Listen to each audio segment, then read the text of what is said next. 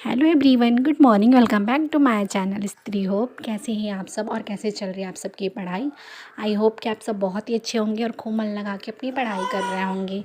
आज मेरे दिन की शुरुआत हुई सुबह के 3:30 बजे से और मैंने अपनी मॉर्निंग की आज ब्लॉग नहीं शूट कर पाई क्योंकि फ़ोन मेरा बिल्कुल चार्ज नहीं था। और कल मैं इतनी ज़्यादा थक गई थी ना रात को कि मतलब 9:30 मतलब सॉरी 9:45 बजे, वही 9 बजे तक तो मैं किचन में ही रही। और फिर मुझे बिल्कुल ही टाइम ही नहीं मिला कि मतलब कि मैं फ़ोन चार्ज में लगाऊँ। मतलब टाइम नहीं मिलने का कोई तो बात ही नहीं था, मुझे नींद आ गई पता नहीं कब। और इनको सुलाते सुलाते आराध्या को मैं भी सो गई। और जब मॉर्निंग में उठी तो फ़ोन जो था मेरा मतलब 1% चार्ज था, तो बस मैंने उसको छोड़ दिया, सोचा कि चलो बाद में ही अपना करेंगे। इसमें यहाँ पे मैं अपनी सेकंड स्लॉट स्टार्ट करी थी सारा अपना काम वगैरह करके। मतलब कि इसमें 2 दिनों का जो मेरा ब्लॉग है वो हमेशा ही इंक्लूड होता है, जब से मैंने एक दिन स्किप करके देना शुरू किया है। तो ये मेरी कल की ब्लॉग है। कल जब मेरा सारा काम मतलब वही खाना पीना क्लीनिंग जो भी होता है मेरा सुबह का जो रूटीन होता है, उसको सारे अपने काम करने के बाद मैंने अपनी एनसीईआरटी की जो नोट्स है उसको मैंने आज सेकेंड टाइम मतलब कि रिवीज़न करा। और रिवीज़न करने का रीज़न भी था कि मतलब अभी मतलब मैं बताऊँ जैसे कि मेरी जो कमी रही है मैं वो बता रही हूँ कि जैसे कि नोट्स तो मैं हमेशा ही बनाती हूँ सारे सब्जेक्ट के नोट मेरे पास ऑलरेडी हैं। ज्योग्राफ़ी क्योंकि मैंने बीपीएससी के लिए बहुत ही अच्छे से सारे नोट्स प्रिपेयर करी थी। और उसमें मैंने एक ही गलती करी थी कि मैंने अपने नोट्स कभी प्रॉपर तरीके से रिवीज़न ही नहीं करी थी। यही हम सबके साथ बहुत बड़ी एक मतलब कि कमज़ोरी हो जाती है कि हम पढ़ तो लेते हैं लेकिन चीज़ों को मतलब एक होता है ना रिवीज़न नहीं कर पाते। तो इसलिए मैंने इस टाइम एक ये भी शेड्यूल फिक्स करा है कि मंडे टू फ्राइडे जितनी भी चैप्टर्स होंगे मैं उसको पढ़ूँगी। और उसके बाद से मैं सैटरडे और संडे में उसको रिवीज़न के लिए 2 दिन रखूँगी। फिर नेक्स्ट मतलब के डे तब जाके मैं नेक्स्ट चैप्टर पे किसी पे जाऊँगी। तो अभी मेरी हिंदी के भी बहुत सारे जो टॉपिक्स हैं, जो विलोम हो गया, अनेकार्थी हो गया और शुद्धिकरण मतलब ये वाला वाक्यम वर्तनी शुद्धिकरण, ये चैप्टर मैंने 3 चैप्टर इस वीक में पढ़ी है। और उसमें भी है कि जियोग्राफी के भी 1-2 चैप्टर मेरे ख़त्म हो गए हैं, तो उसको मैंने रखा है। और जियोग्राफी में भी मेरे 3 चैप्टर मतलब कि मैक्सिमम ख़त्म ही होने वाले हैं। आज तो ख़त्म ही हो जाएगा जो थर्ड वाला चैप्टर है लास्ट। उसमें मैंने एक तो ब्रह्मांड फर्स्ट चैप्टर, फिर पृथ्वी की आंतरिक गति ये वाला, उसके बाद से हुआ चट्टान वाला, उस पे आई थी। तो वही और आग्नेय अवसादी ये सारी चीज़ें पढ़ ली हैं। अभी थोड़ा सा उसके आगे पढ़ना है, अभी वो टॉपिक मैंने स्टार्ट ही नहीं करी क्योंकि आर्या आ गई स्कूल से, तो इसलिए। और उसमें मैंने कुछ ऐसे चीज़ें हैं ना, जैसे मान लीजिए कि उसमें कौन कौन से धातु होते हैं, तो मैंने उसको एक मतलब कि अपने लैंग्वेज में जैसे कि मान लीजिए कि ट्रिक तो हर कोई दे देता है, मैं भी आप सबको दे सकती हूँ या आप सब भी मुझे दे सकते हो। बट एक खुद से जो ट्रिक बनाई हुई होती है ना, जब हम खुद से रिलेट करके पढ़ते हैं चीज़ों को, तो वो बहुत ज़्यादा मतलब कि ईज़ी भी होता है।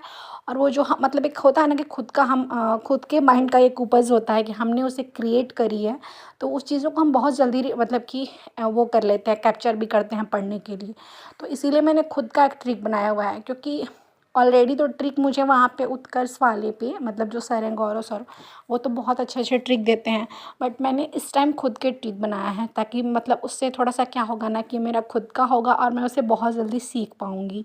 तो इसलिए, और मैंने आज से मतलब कि शेयर भी नहीं करी आप लोगों से, मैं वो सैटरडे में ही करूँगी क्योंकि उसमें बहुत सारी चीज़ें हैं जो अभी मतलब मुझे करनी है।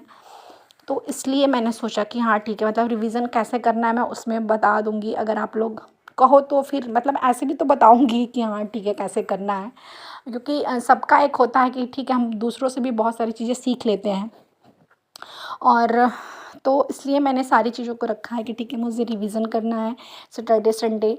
और उसको अच्छे से मतलब जो भी मेरे नोट्स होंगे ना मैं उसको प्रॉपर तरीके से, क्योंकि जो गलती मैंने करी ना वो आप सब मतलब कि कोई भी ना करे।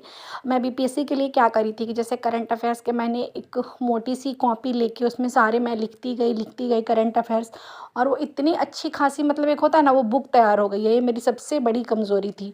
फिर मुझे मतलब कि एक यूट्यूब पे ही मेरी बिहार की एक फ्रेंड मिली, तो उसने मुझे सजेस्ट करी कि आप मतलब झूठ-मूठ का ये नोट्स मत बनाओ, आप इसे रहने दो, कोई बुक्स ले लो और बस चैनल को फॉलो करो, तो इससे ज़्यादा बेनिफिट होगा। क्योंकि क्या होता था कि मैं तो एक मतलब मेरी बच्चियाँ भी हैं और फिर मेरे पास टाइम भी नहीं होता था, मैं लिखने में ही सारा टाइम जो होता था मतलब कि चला जाता था।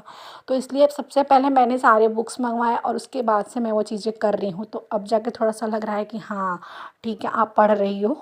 तो ये सारी चीज़ें मैंने सीखी है, क्योंकि जब आप कोई चीज़ मतलब स्टार्ट करते हो ना, तो बहुत सारी चीज़ें होती हैं कि आपको पता ही नहीं होता कि आखिर में मतलब करना कैसे है। इसीलिए सबसे ज़्यादा ज़रूरी होता है हमें कोई मतलब एक मेंटर्स तो बहुत ज़्यादा ज़रूरी है, एक मार्गदर्शन कराने वाला आपके मतलब पीछे हमेशा ही वो हो कि ठीक है, आपको कैसा करना है, कैसे सारी चीज़ों को करना है। और आजकल तो यूट्यूब ही है कि बहुत सारी चीज़ें हम सीख ले रहे हैं यहाँ पे। और उस टाइम मतलब मुझे इतना भी नहीं था 67th में, मतलब कि मोबाइल से उतना नहीं था सारी चीज़ों को करना। मैंने बस एक बार वीडियो देखी और आधा अधूरा देख के मैंने अपनी प्रिपरेशन तैयार कर दी कि हाँ ठीक है, मुझे करना है 67th। और हुआ भी नहीं, मतलब कि वो भी पेपर कैंसिल हो गया उसी टाइम जैसे मैं पेपर दे के आई। तो इसलिए मैंने सोचा कि मैं आप लोगों से भी मतलब कि बताऊं कि ठीक है, पहले तो अगर आपके पास टाइम नहीं है तो आप बुक्स ले लो, क्योंकि वो तो ज़रूरी है ही है, उसके बिना कुछ होने वाला नहीं है। अगर मतलब भाई पढ़ाई करनी है तो बुक्स तो बहुत ज़्यादा ज़रूरी है ही है। और फिर लिखने में समय मतलब ना गंवाएं, सबका एक अलग अलग होता है कि आप पहले तो पढ़ लो फिर आप उसको देन मतलब कि बाद में लिखो, तो ये भी एक ठीक मतलब है। पहले मैं मतलब एक होता है ना कि मैं जल्दी जल्दी पढ़ लेती हूँ, फिर मैं उसको एक बार मतलब होता है ना कि अच्छे से लर्न करती हूँ फिर जाके करती हूँ। तो यही सारी चीज़ें थी, मैंने सोचा कि आप लोगों के साथ शेयर करूँ। तो बस यही था मेरा आज का ब्लॉग। बहुत मतलब कि कुछ ख़ास नहीं था। तो चलिए जाते जाते एक मोटिवेशनल लाइन कहना चाहूँगी कि अपने फ़ैसले कभी उन लोगों के लिए मत सोचना कि हमें लोग क्या कहेंगे, समाज क्या क्या है कहेगा, रिलेटिव्स क्या कहेंगे, हमारा परिवार क्या कहेगा। अपने फ़ैसले पे हमेशा अटल रहना कि हमें हाँ ये चीज़ चाहिए तो चाहिए।